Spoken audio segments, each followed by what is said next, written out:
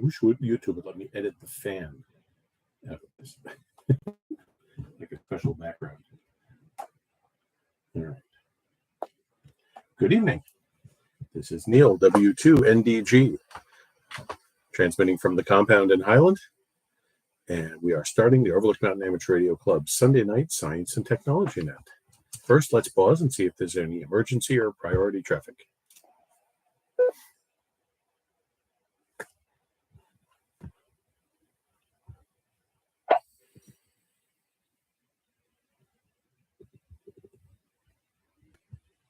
All right, nothing heard. Welcome again to the Overlook Mountain Amateur Radio Club's Sunday night Science and Technology Net. We gather here every Sunday at 8 p.m. to discuss science and technology, not always ham radio related.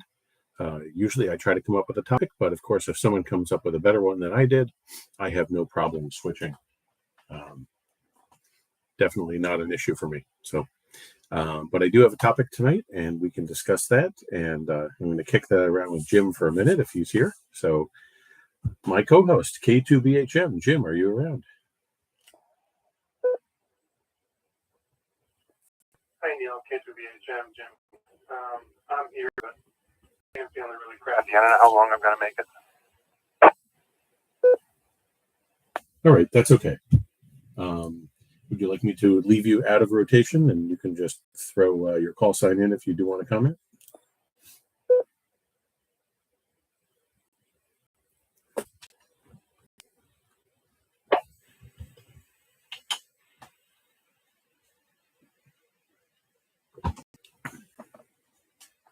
I will take that as a yes. Jim, I hope you feel better.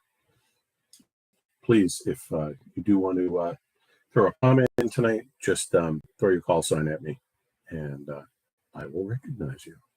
All right. Well, let me pause and see if he's back. Yeah, I missed that. My wife had something that she had to discuss right now.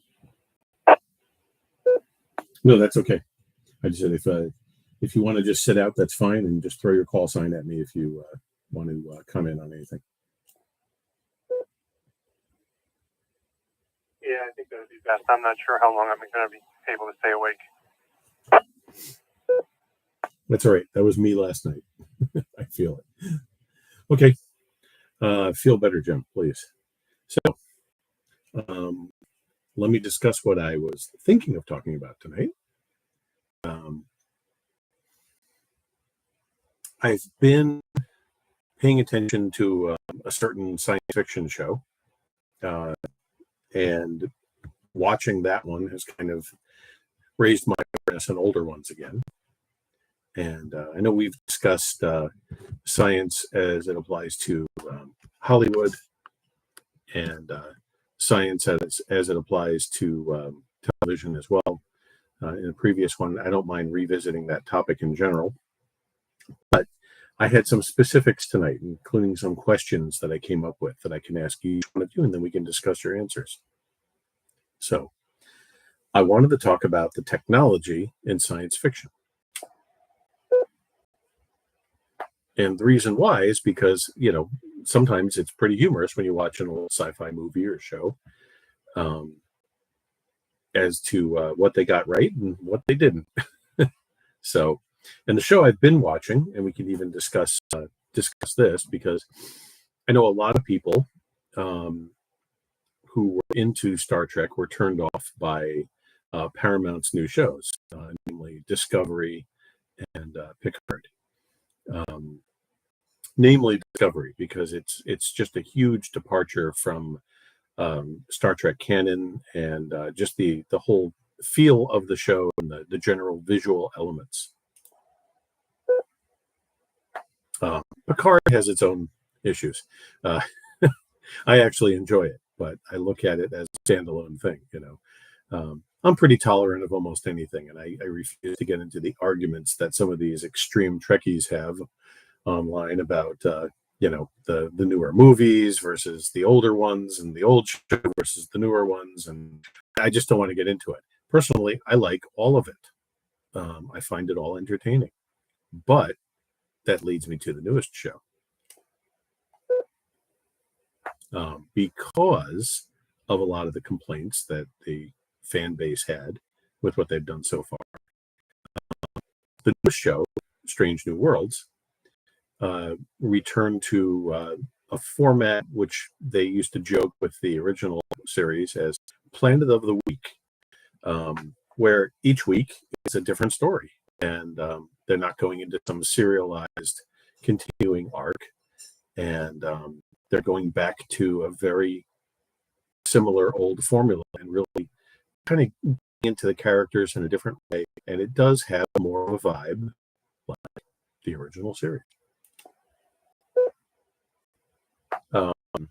I had kind of refused to pay for Paramount Plus, or whatever they're calling it these days, because I really didn't care for a couple of the shows when I first watched them. And then I changed my mind because I knew this was coming, and people who had seen previews were very excited about it.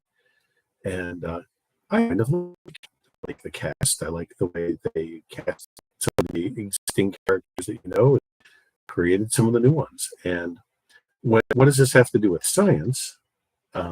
Has to do with, the tech that they invent in science fiction.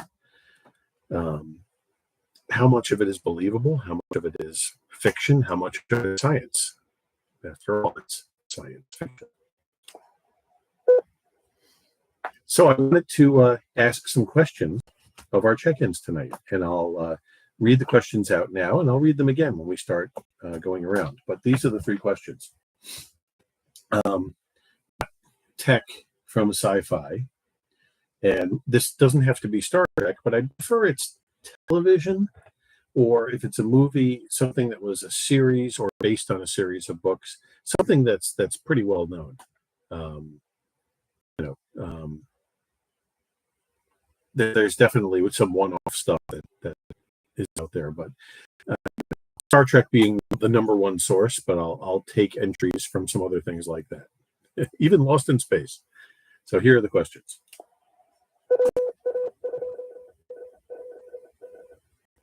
No, repeater, you can't answer the questions, but this is W2NDG on the Overlook Mountain Amateur Radio Club's Sunday Night Science and Technology Net. All right, first question is, what tech from Sci-Fi do you think is impossible? Not only that it hasn't happened, but it'll probably never happen. That's number one. 2, what tech from older sci-fi is possible now? And give me an example. And 3, what tech from sci-fi was totally off base, that they got it so wrong that it's humorous? All right. I think that's best.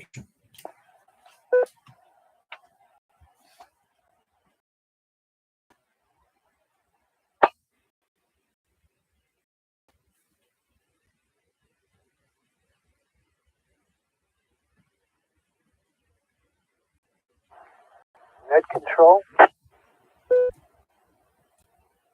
Here is KB2 GGF, Matt in Kerhonkson.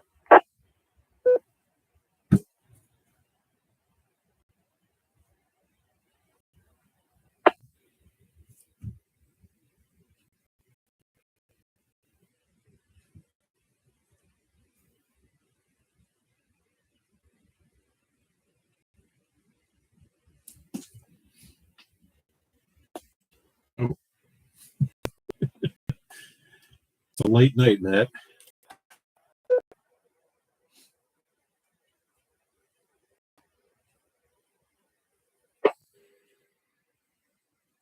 I guess so. KB2 GGF.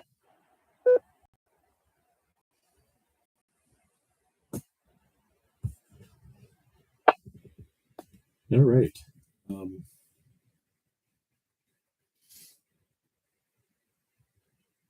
Well, let's see here.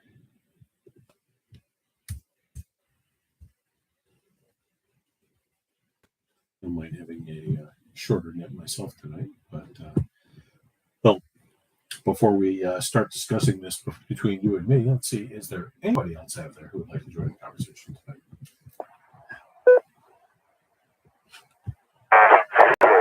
Eagle Bravo 2, Romeo Whiskey Whiskey, Bob, Mobile, on his way to work.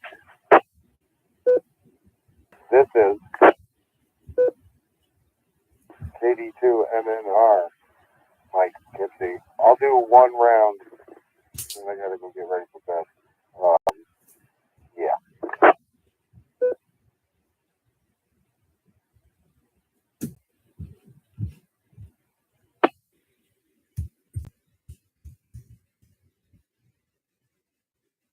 All right. Well, that's fine. Bob, are you playing along or just listening? I might be able to play a little bit. All right. I can bump you up to the top. So did you get the questions? I can repeat them as each person comes up. But it's number one. What item from science fiction do you think is still impossible and will remain that way?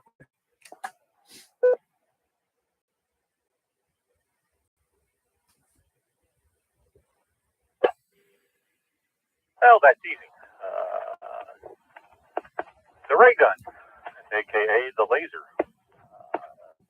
I don't think it started that way. I think it was reversed. I think the laser came before the show, but it did do a lot for its popularity. Okay, that's a good one. Number two, what tech from sci-fi is now possible?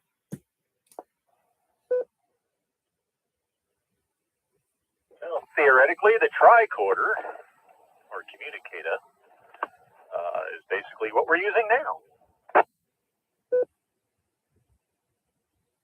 All right, another good one. And number three, can you think of tech in any sci-fi that was so off base that it was humorous?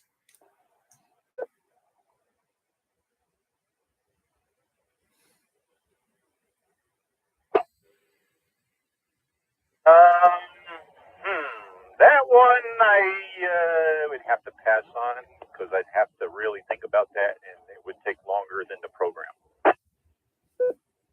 That's okay. I know that one's a little tougher. If you do come up with something, just throw your call sign at me. All right. Well, thanks for those. Matt, KB2GGF, your number one, what item from sci-fi do you think is still impossible and will remain impossible? Well, I hate to say it, but I think the transporter, where they disassemble someone and transmit them and reassemble them, or objects, that seems a bit far-fetched to me. If I may go on to the second question, what tech from older sci-fi is possible now? A large variety of it, it seems. But as Bob mentioned, the tricorder and the communicator pretty much have been achieved with the smartphone. So I would have to go with those. And humorously wrong. What did they get wrong? Well, I've always been bothered by the way they handle time travel in science fiction. It just doesn't seem to make sense, and it opens up so many possibilities for doing something in the future or the past, especially that changes everything now. And with that negate, you're going back and doing it. It just raises too many conundrums. So I think time travel they got wrong. Back to that, KB2, GGF. No, that's a good one, and I'll address these in a moment. Mike, KD2MNR, do you need me to read the questions again? Well, no, not really. I have never seen any of the Star Wars movies. I've seen the Star Trek show, and my answer is the same for 1 and 3, which is basically along the lines of what Matt said, is the whole beam me up, Scotty. Yeah, no, that won't happen. And they did that actually, sort of, in the Willy Wonka movie, where he was in a bazillion pieces up on the ceiling, and then they reanimated him somewhere else. That's bull. And I don't think that would ever happen, because why? Anyway, number two, I don't know. Probably kind of thing. But yeah, I think that's about it.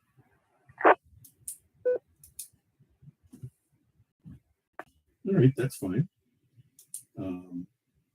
Yeah, transporters. Yeah, we can't even get air flight right? We lose people's luggage. How is an agency going to handle breaking you down into a digital representation of yourself? All right. Let me talk about my answers, and then I have one more question I can throw out before everybody disappears. But so, what do I think is impossible and never will be possible? Probably the time travel component. I don't know about the transporter, and my reason is that I think that it may be possible that the technology may actually exist someday to transport objects. I don't think anybody would ever get into one of those beings. We talked about Star Trek with it, and Willy Wonka, great example, Mike. Actually, I was going to bring up The Fly, bad example. But yeah, I would say time travel. Number two, what tech is now possible? And yeah, the cell phone is a great example, compared to the communicator. There is another piece of sci-fi that talks about that tech and has an interesting take on it.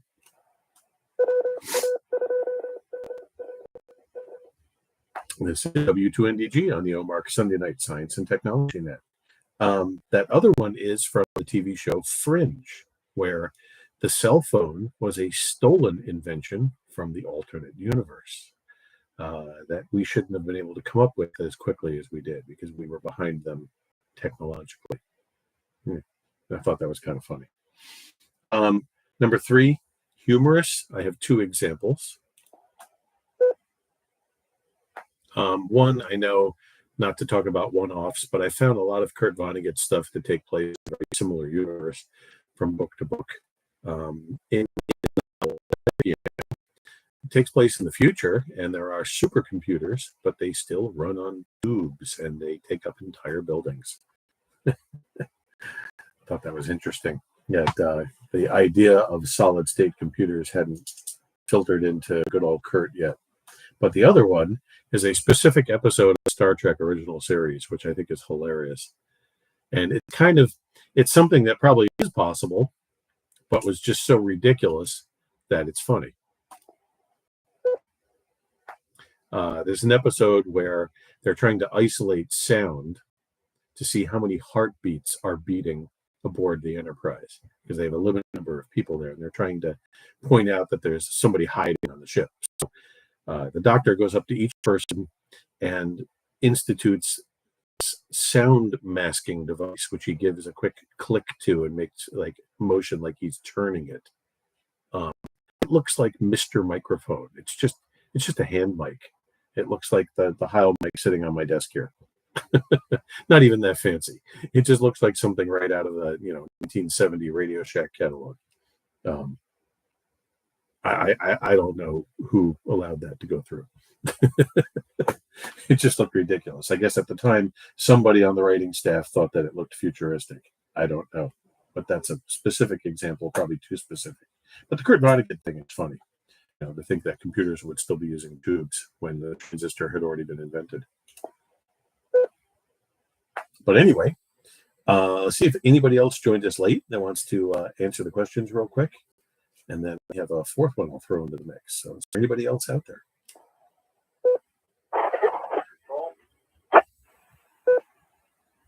This is K2YRB, Shane and Kerhonkton, mobile. This is K2 DDS, Linda and Kinsey.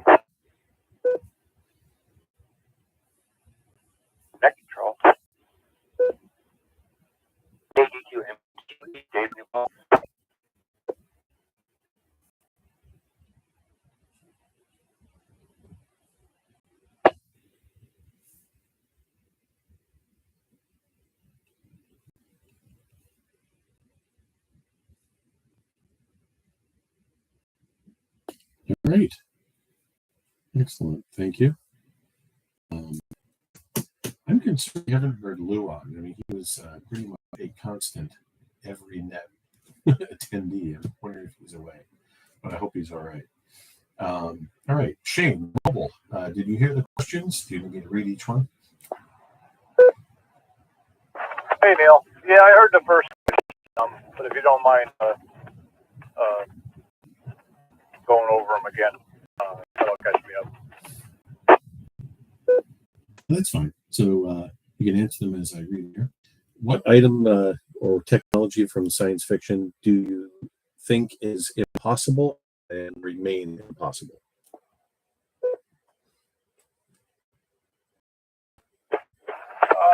As far as impossible, I would say teleportation / time travel.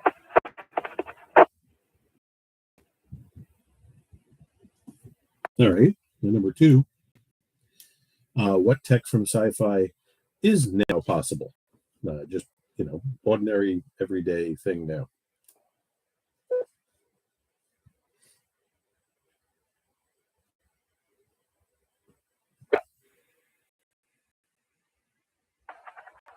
For now, the ray guns that were used in a lot of sci-fi movies and shows. If not the present, I wouldn't put it off for the something possible in the near future. Back then. Okay. And for number 3, the technology from science fiction that was totally off the mark to the point of being funny.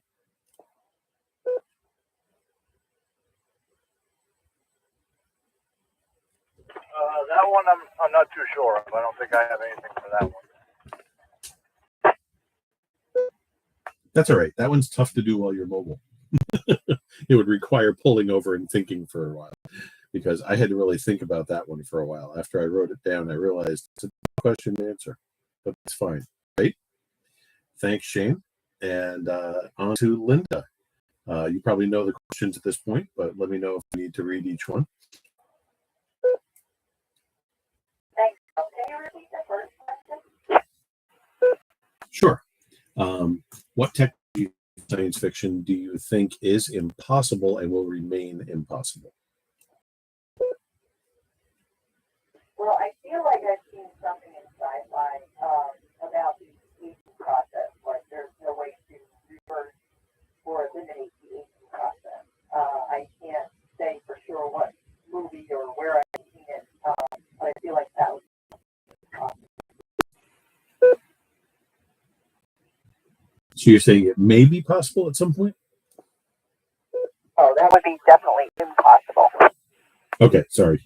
I missed the word. It didn't sound right. Okay, that's fine. Number 2 was what tech from sci-fi is now possible, run-of-the-mill, everyday thing that they pushed as, fiction.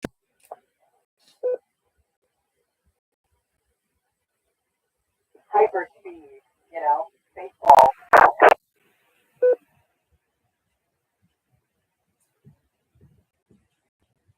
All right. And number 3, this seems to be the tougher one. Technology from sci-fi was totally off the mark to the point of being funny. Well, I was actually thinking of the instant meals that would show up on the Jetsons. As much as that would be amazing, just push a button and a pill would turn into, the 9-course meal. I don't think that'll ever happen. Well, that's an interesting one. I'm going to address that because it does tie with other technologies that a lot of people think is impossible. But there's different ways to look at that one. All right. Thanks for your answers. I'm going to go on to Dave, KD2MQE. MQE, sorry, we're arguing about frozen foods and answer to Linda's response because we're not sure about stuff that you something like that. So that you don't have to repeat the questions, but you could go one time. KD2MQE, back to you. That's fine. All right. Number one was the impossible one. So I don't have anything extra. I would just say don't mess with physics, because all the examples were like you messed with the physics or something. Like Sarah says hyperspace. I think I'm the control operator, and she can say that from the other chair. The second one, I would say I think Matt nailed it. Tricorder, like nobody even thought that, but they also didn't think about, like, they didn't anticipate how much like surveillance and cameras and all that like data going around we're actually doing now, and that wasn't in even science fiction. So we're way ahead of them. And the last one I didn't have. Well, Sarah says tractor beam, and I was like, nothing's humorous. I was like, they're all dead serious, otherwise it wouldn't be good. Like, I take them all pretty serious. And like, the best example that I had was that movie, The Blob, from like the 50s, like, or mid 50s maybe. And it's like the stupidest, non-scary thing, but like, doesn't make any difference. Like, at the time, that was pretty scary. Or like the freight train or whatever, the train coming at you. All right, that's it. I'm done. Back to you.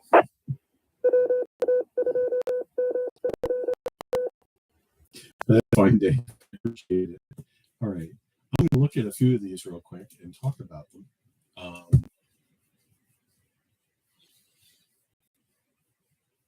Like I mentioned, I think teleportation is one of those things, at least in the example of the transporter, is something that we may think is impossible, but I think the possibility of science getting to the point where they could do it, I think it could happen. But would they actually send people? That's what no. I don't think anybody would ever do that. I could see them using it for freight to get things, from here up to orbiting stations, where they can then move things. That's one of the hardest things about what they talk about is getting out into space, is getting things off the planet. That's the most expensive and most difficult part of it. Once you get something in orbit, it's fairly easy to move it. But I could see that. And what I was saying to Linda, the way this applies to one of hers is that from the Star Trek point of view, the food synthesizers are actually using almost the same technology as their transporter, taking matter and kind of reorganizing it. But there is another way to look at food synthesis. This one's actually possible now. And I was having a discussion with a scientist a number of years ago about a mission to Mars or beyond. And his take was that we wouldn't be able to feed the people because we wouldn't bring enough food or things to create food. I said, no. I said, the technology already exists. You just need the raw materials, the building blocks. We can 3D print food from the basic elements of it. And I know this for two reasons. Number one, because we're actually doing it. And number two, because I spoke with a researcher who talked to us at the Cancer Institute a number of years back, who 3D prints at the molecular level. You can do it. They are 3D printing drugs. And that's what his talk was about. So, yeah, we're not going to make it appear out of thin air using a beam. But I think if you take the basic building blocks, nutrition, which is certain elements, proteins, you could create food. Would it come out looking exactly like a poached egg on toast with steaming Earl Grey tea and a slice of cheesecake? Probably not. But eventually you could get to a point where you could make it look pretty good too. So I think that one might happen. The tricorder is interesting because there's a lot of interpretation as to what it actually did. That's a cool one. And the tricorder actually evolves through some of the episodes. I'm going to throw a couple others out. In the later Star Treks, basically, something that's kind of like a small iPad. used, all through the episode. And you'll see a lot of more modern sci-fi movies where stuff like that exists. But yeah, this is all good stuff. And like I said, some of it can get kind of funny. Age reversal. Yes. There is no fountain of youth. Even when Star Trek implied later on that people could live to be very, very old, they looked very, very old. It was only the really weird stories where some external force changed that aspect of things. So anyway, good answers, folks. I do have one more question that we can throw out, but let me see if there's anybody else who wants to check in.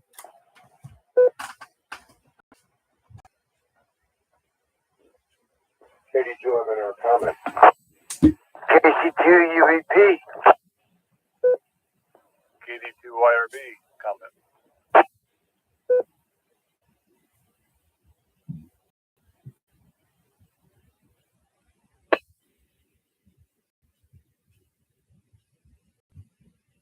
All right.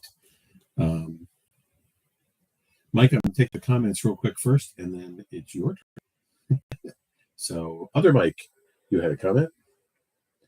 I know you need to get off to bed, so that's why I'm doing the comments first.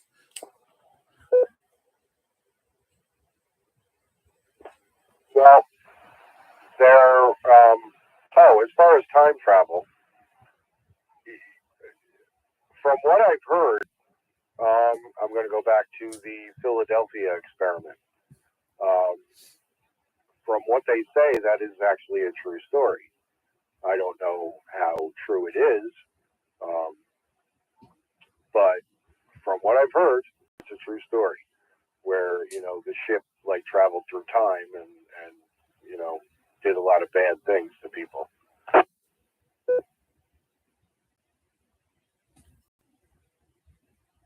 Well, it's definitely off in what we call fringe science. And from a lot of points of view, time travel, time is just another dimension. When we look at a piece of paper, it's two-dimensional.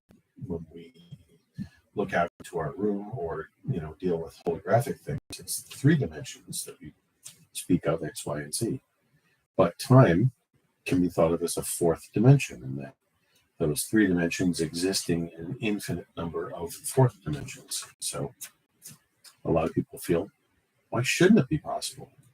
As far as the hijinks of time travel and sci-fi, there's a schools of thought there. Can you actually change something? So there's three ways of looking at it. You go back in time, you try to change something, and it doesn't change. And you end up doing exactly what was supposed to happen in the first place. Number two, you go back in time and you throw a gum wrapper on the sidewalk and accidentally start World War III through a chain of events that you've caused, or the butterfly effect, as they say. Third example is you go back in time and you change something and you create another branch in the alternate reality way of looking at time, where at every instant an infinite number of things can happen, and the people who theorize that say that they all happen, and time branches infinitely into infinite possibilities.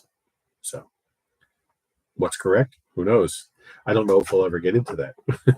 Not in my lifetime, probably. So, but good comment, Mike. I'll throw it back to you real quick, and then off to Shane. Right, yeah. People were talking about the time travel thing, and I don't know what made me think when the Philadelphia experiment and the movies, and I think there was even a documentary on it, that it did in fact happen. But you watch stuff on TV and you don't know if it's really going on. And if Marty I can do it, why can't we? KD2, MNR, back to you. Yeah, really, if Marty can do it. We only need a flux capacitor, gigawatts.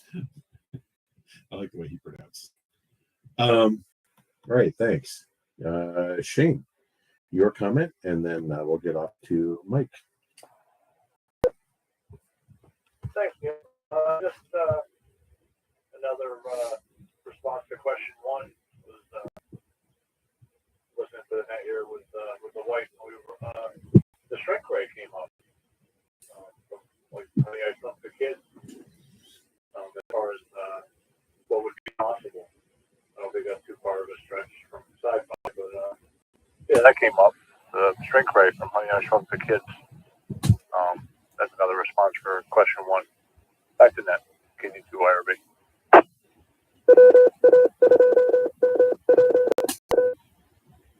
Thanks, Shane. This is W2NDG on the OMARC Sunday Night Science and Technology Net. I'll throw a quick comment on that if anybody really wants to read up about shrink ray. Another piece of science fiction regarding that is the movie Fantastic Voyage. Raquel Welch, Donald Pleasance, they shrink people down to go into the human body. What's interesting about that film is that the book was written after the film, and I believe it was written by Isaac Asimov, who was asked to write a book based on the film. So every now and then that happens where the film comes before the book. But he wrote a sequel to it called Voyage 2, Destination Brain, I believe is the title of it. So that one wasn't made into a movie, but it's kind of an interesting take on it. And of course, if you know writers like Isaac Asimov, actually we'll get into some of the science of it. So if it's still in print, even if it's not, you might find that interesting. Questions so far, and do you need me to read them? Comment, getting in here late. Neil, you were my only contact, and to you. And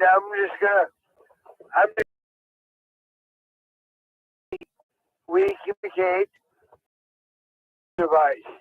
I guess I just said something about the bugger device. KC2 UVP 73, clear and working with my other worker. Right, Mike, thanks. And is there anybody else who wants to join us before I run back up to the top with a fourth question?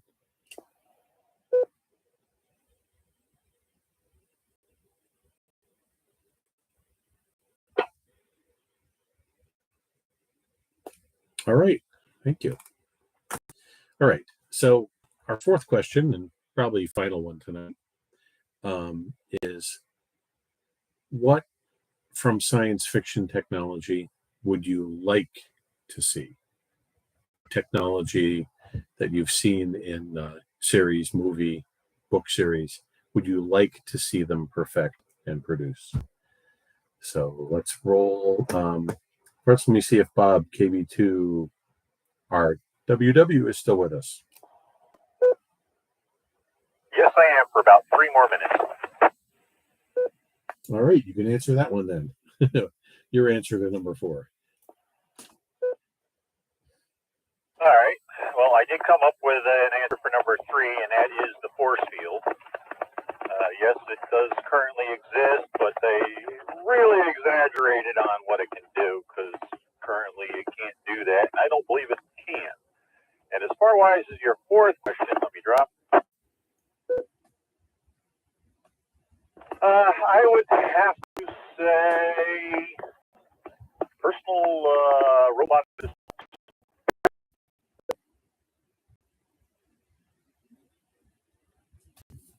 All right, thanks. And I'll comment on yours right now because I know you're short on time. The force field.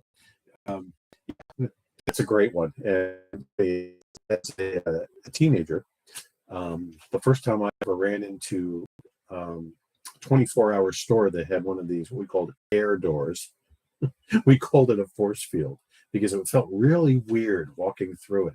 And if you're not familiar with those, but you probably are, it's where they have that high-speed, flat wall of air created by jets blowing it either from the ceiling to the floor or floor to the ceiling, kind of creates an insulated wall of air for a 24-hour store that has no front door. It was an interesting technology that I don't think really caught on, but it is strange to walk through those. And robot, personal assistant, great suggestion. And we will assume that you're talking about the non-murdery kind.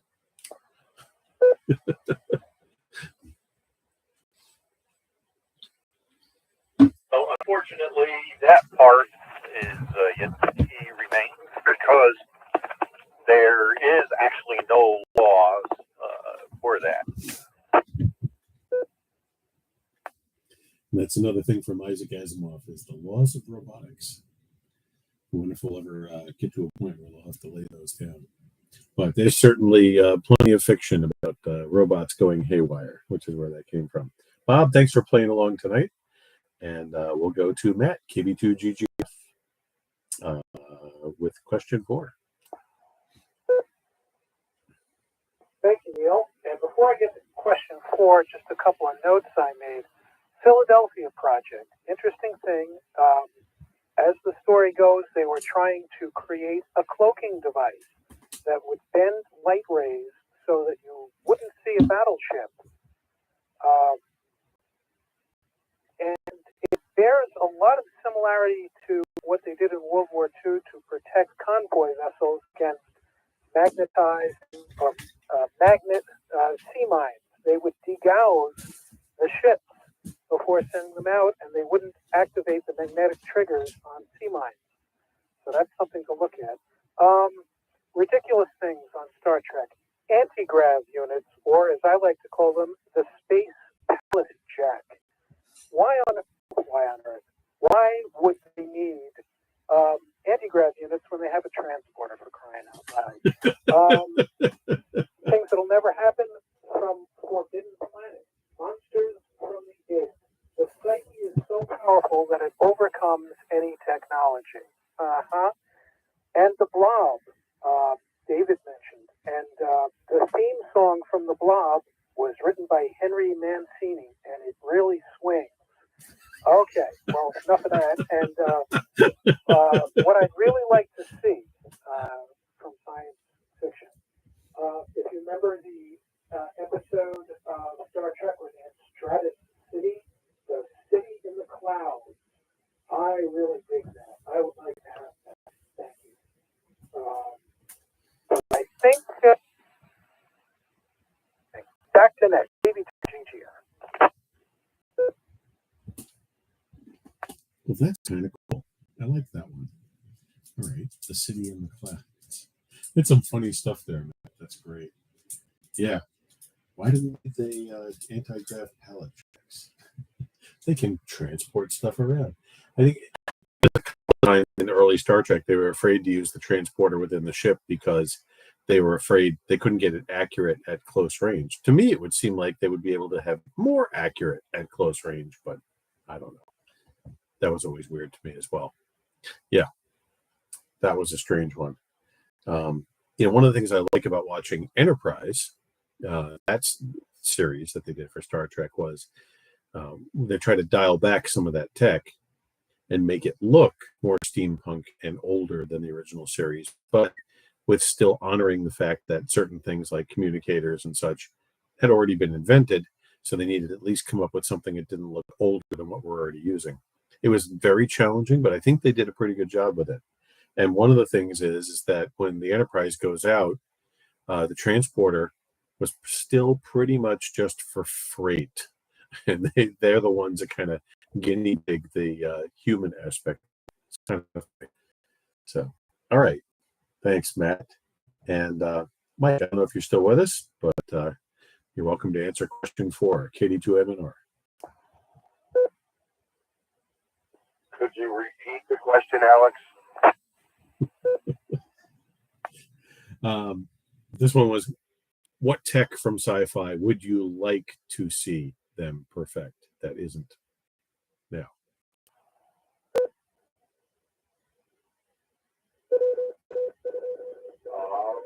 I would like to see ludicrous speed. Talk to Elon Musk.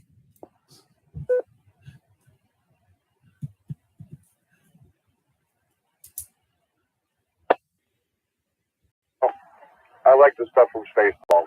So there was stupid speed, ridiculous speed, and ludicrous speed. That was pretty fast. The only thing is, you have to slow down first. Gotcha. And you don't want to go to Plaid. My comment, if you didn't know, is that Tesla calls their super speed modes that they had in the higher end versions of their cars hyper and ludicrous speed, and I think they even have Plaid mode in one of the special edition ones. So that's where that comment came from. Oh, okay. I'm not up on the electric stuff. Anyway, I'm echoing through the other radio. Anyway, all right, yeah, I'm probably going to secure now. And we'll talk to everybody later. Have a good night. We'll talk to some of you in the morning. KD2, MNR. Thank you, Neil. You are very welcome. All right. Shane, KD2YRB, are you still with us? And do you want to answer our fourth question? Sure, Neil. For question number 4, I'd probably have to go with the jetpack. I know they exist, but as related to science fiction and perfecting something, I would have to go with that. Back to net, KD2YRB. Certainly an unperfected technology. That would be interesting. I think they've always been worried about if there were too many people with them. Traffic control. Can you imagine? Thanks, Shane. Linda, K2ZDF. What would you like to see them perfect?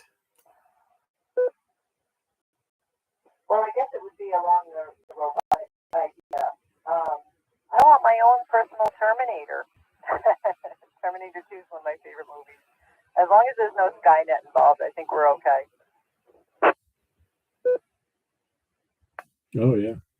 And it's funny, isn't it? I see people come up with, companies that basically, they describe like a newer company with newer technology. They basically describe Skynet, and you look at that and you're like, okay, just don't go too far in that direction. It's like, there is a meal replacement protein drink out there called Soylent. Why would you name your company Soylent? Oh, anybody seen that movie in that company? Okay. Anyway, really kind of put me off. Thanks, Linda. Dave, KD2MQE, want to hit us with question 4? Edward G. Robinson, Soylent.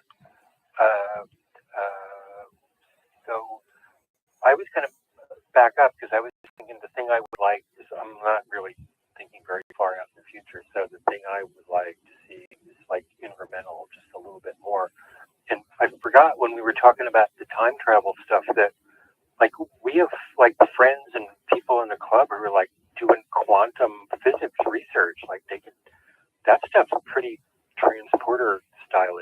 So, and we know them, like they can actually tell us what's going on. So I would just like a small micro step and like get them to tell us what's going on in science fiction, like for real. It'd be totally cool. All right. That's it for me. Have a good night. KD2MQE. Dave, thanks. Quantum physics. Actually, yes, when you get into some of the things that apparently could be possible with quantum physics, there's some really interesting things that could happen. But I tend to believe that, certain revelations will always be held back because of the potential repercussions, and also corporations that want to protect their own tech. Unfortunately, I think that's a big deal. We may have discovered cold fusion already, and it's too many people making too much money off of other forms of energy. It's possible. Let me give my answer to 4. I'm going to name one movie, which is based on a book, but I love the interpretation of the book they did in the movie, and that's I, Robot with Will Smith. And the technology that I want to see from that movie, the cars. and not just the cars, but the way they parked them. Everything about the car, I think, was amazing. Ball tires. The tires are balls. They're rubber or not, I don't. But I assume you turn using some sort of magnetic propulsion. Almost like a maglev type of thing applied to rotation, but even so, that's how the car steers. So there's no steering mechanism, steering gear. Everything is controlled by the speed and direction of the wheels, which aren't wheels, they're balls. So that was one aspect of the car that I thought was really cool. They are self-driving, which is something we're already seeing now. We know it's possible. Is it perfected? No, probably not. But we're right at the dawn of that technology. But the other thing, which I mentioned, is the parking. And it almost kind of exists already. They're working on different versions of it. But in the movie, Will Smith pulls up in front of the police station and gets out of his car and just walks away from it. And then you see the wall drop open, and this big metal contraption comes out, picks the car up and pulls it through the wall, and then the wall closes up again. And apparently is stacking them safely somewhere in the building. They actually do have something similar to that already, but not quite at that level. But yes, I love the cars in that movie. There's also something that is newly possible and being perfected that you'll see in sci-fi: the flexible display. There's a number of movies where somebody pulls something out of their pocket that looks like scrolls, pulls them apart, and it's a display, and it looks really good. If anybody watched the series The Expanse, it's a great series to discuss when we're talking about sci-fi and possibilities. They walk around with these clear communication devices, basically, whatever the iPhone evolves into in their future. It looks like a slab of glass, and it does all sorts of things. And that was pretty cool. What's cool about The Expanse, and I know I've mentioned this before, and I recommend watching it because of it, or at least reading the books, because they're based on the books. In The Expanse, we don't have hyperdrive. We don't have faster-than-light communication. We don't have food synthesizers. They have, minor versions of that, but some of the invented science, like being able to control gravity and inertial dampening and things like that, don't exist. And they write our future in a way showing that we have to get around it. So when they go really fast, they can't travel the speed of light, but they can go pretty fast. When they go really fast, they have to sit in special couches, and they get injected with special drugs so they don't die. That was one aspect. When they send communications, they send it out on what they call tight beam, which is laser technology, and it doesn't travel any faster than the speed of light. So they talk about how long it takes to get a message from where they are back to Earth when they need an answer on something. All sorts of stuff. The people that evolve or grown up in colonies in the asteroid belt have issues with gravity. They have to have special medications and special treatments so that they can grow and live, but they can never go back to Earth or visit Earth if they were born in space, because they can't handle the gravity. And they're very tall. There's all sorts of really interesting stuff that they've thought of in that book, and it translates into the series. And some of it they don't even explain in the series, but they do in the book.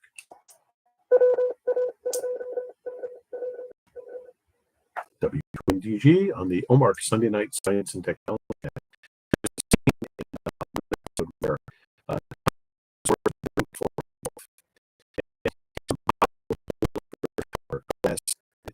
it's way off, it's like he's about to pour it on the floor. You see the stream of the liquid go curve and kind of go on an angle into the glass, and it's because he's in one of the cheap apartments where the Coriolis effect is really bad. And it was really neat how they thought of that and put it in there. So If you want to watch some sci-fi where they don't invent ways around modern problems, I recommend that one. But all cool stuff. And we have one comment in the chat from KB2RWW. He has one more. And this one's great. I'm sorry I didn't think of this. Thanks, Bob. We have virtual reality, but he wants to see the holodeck. Yeah, I wouldn't mind that myself. All right. So, any last minute check-ins tonight? Please come down.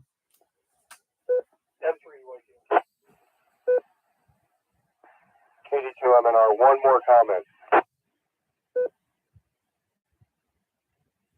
KD2 IWC, just sandbagging.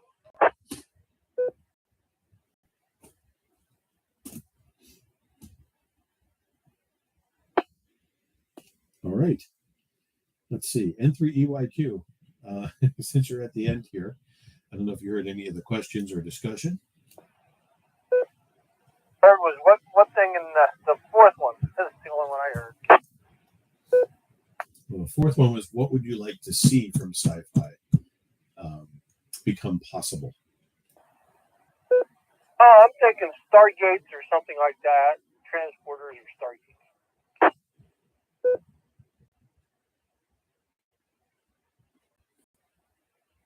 The Stargate's kind of neat. I'll give you another one from a book. And it's a book that Matt may have read. I don't know who else on here. I know if Jerry's listening, he probably read it. And it's in it's either in Ringworld or one of the sequels to Larry Niven's Ringworld. The idea of the transporter was explained on a commuter level, which was really cool.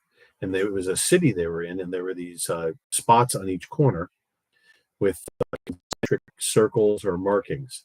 And depending on where you stepped on these pads, told you how far it was going to send you. So like the outer one would send you a block. The next level in would send you 10 blocks up in that direction. The next one, a mile in that direction. The next one, 50 miles. The next one, 100 miles, and so on. It was just a really cool way of thinking transport technology, and I always liked that. The Stargate, yeah, that's a similar idea where, preset transport locations. Okay, kind of cool. Let's see. KD2MNR, comment. Go to bed, man. Oh, I know. I actually have to take a shower first, but you said what would I like to see? Now, I don't know if this is a sci-fi type thing, but I'd like to see a curve of bullet. James Bond.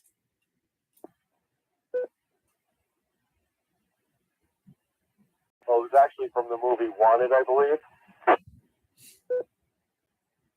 Well, but there's definitely what is it? In Live and Let Die.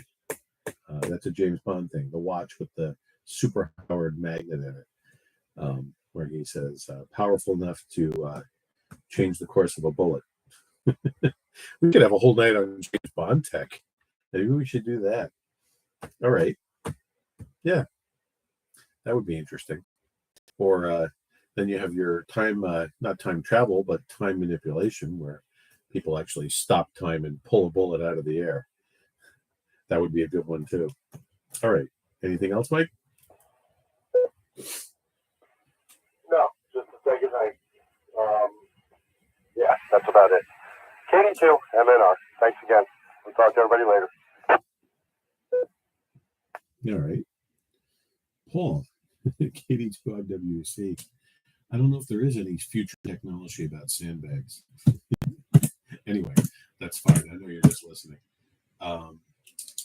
And I'm going to throw out a question to Matt. What about a James Bond technology night? I would certainly very much, thank you. KB2GG.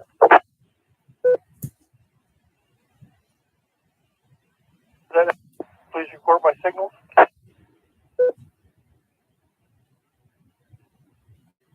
Who is that?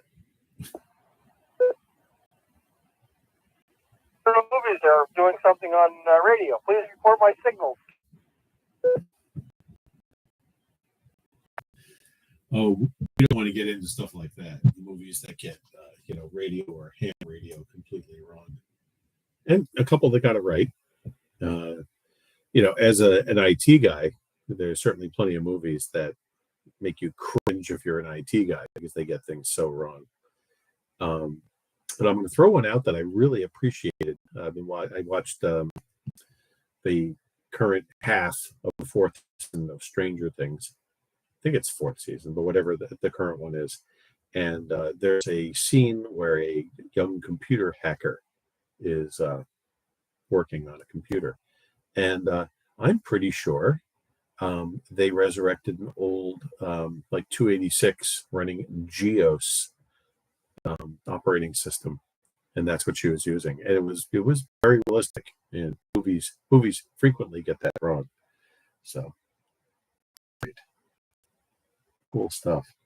Bond technology. I like the Stargate.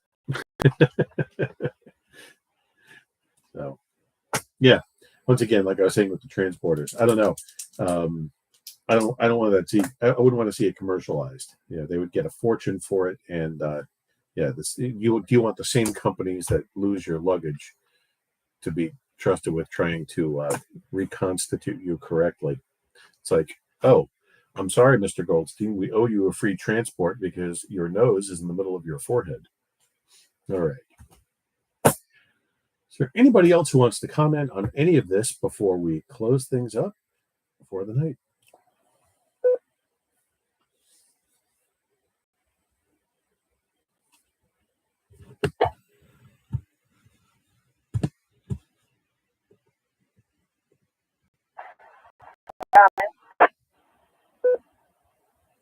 Go ahead, Linda. When in Stranger Things, when they started introducing the whole ham radio antenna, when Dustin was talking to Susie, that was cracking me up because that was like when I was watching it when I was studying to take my ham test. So I love those references. No, it's pretty cool. And, like the radio that they're using through the whole thing, it's CB. And I'm sure Mike knows this if he's still listening. It's one of those Radio Shack handheld CBs, but I love the antenna because it's that weird, center-loaded BNC antenna that they used to sell. It's like, I actually have one. They were more for center use, but at least they got the hardware right.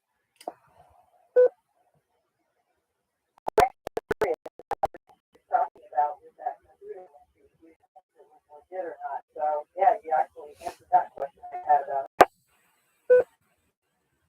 Yeah, we were talking about this at work the other day because I work with some really intensive sci-fi fans, we'll call them. The conversations they have when these new, Star Wars and series come out, they get really into, the canon and violate the canon and, whether they like this character or that story. But we've been talking about Stranger Things, and that whole scene with the computer was a subject, and everybody agrees that it was probably GEOS, which was interesting. And I love when she starts talking about IP address, and the guy says, oh, what address? And she says, oh, it's a number. Everything that connects to the internet gets assigned a number. It's the internet. And she said, oh, it's something new, but it'll be really big someday. Or it's going to be really important someday. I love how she put it. So that was funny. But yeah, they get the tech right in that show. And even when they're showing TVs or radios or, the cars, I mean, everything is pretty much accurate to the period. They did a really good job with that one. Yeah, it's been interesting to hear all the comments about the soundtrack too. For these young kids that are being into, some really good classic old movies. And the theme music and all the sound, the soundtrack music. It's supposed to sound like it was done on a Commodore 64, what they call the SID chip. not quite, like Yamaha quality cheesy. I wouldn't be surprised if that's exactly how they were doing it. It was on a Commodore 64. I'd have to look into that. I don't know that one for sure, but that's what it sounds like to me, because I remember all those games we used to play in the early days of the Commodore, and that's exactly what they sounded like. So, all right. Anybody else with a comment or anything else tonight before we wrap it up?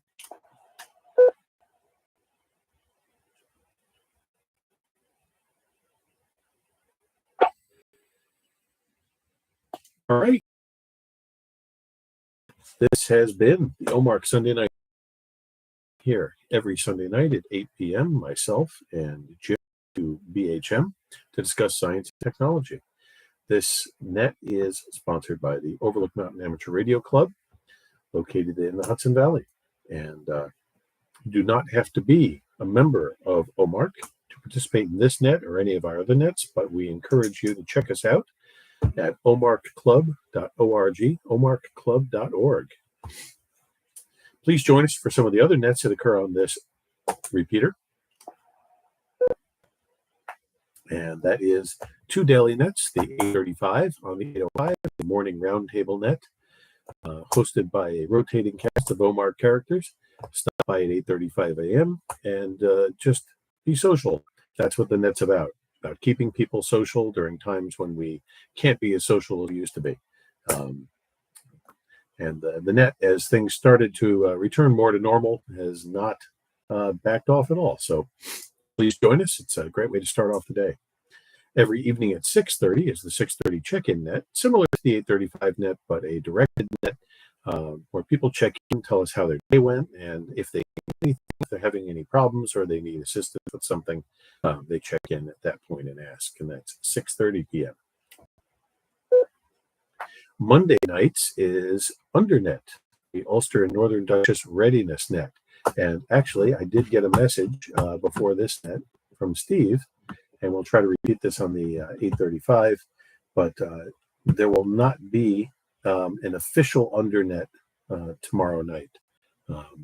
I think Steve won't be available, and I don't think he was able to get sub, but people are welcome to gather and discuss readiness anyway in his absence, but there will be no official Undernet tomorrow night at 8 p.m. Every Thursday at 8 p.m. is the OMARC Technical Net, held by Dave, K2JLV, a more ham radio-oriented net than this one, where Dave takes check-ins and asks if people have a specific question, problem, or subject they want to talk about. If not, Dave comes up with a subject for us to discuss. Like I said, usually ham radio-related or ham radio and computers. Great net, 8 p.m. Thursday nights.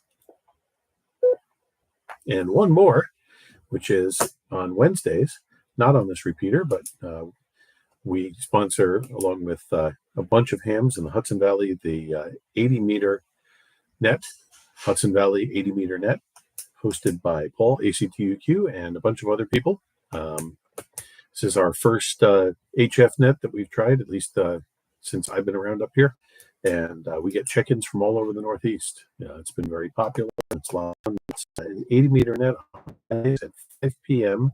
on 3835 kilohertz or 3.835 megahertz, or close to it if somebody is occupying that frequency. 5 p.m., usually taking some early check-ins before that. So join us for that HF net as well. And in addition to the repeater, this net is streaming on YouTube. You can find it by searching for W2NDG, Science and Technology. That's W2NDG, Science and Technology. We stream it live, and each net is kept in the YouTube channel so you can watch them later. All right. And once again, I am Neil, W2NDG from Highland, New York, closing the Sunday Night Science and Technology net, turning the repeater to normal use. And I'll hang out for a few minutes if anybody wants to chat. Turning off the YouTube stream now, though. Everybody have a good night. 7-3.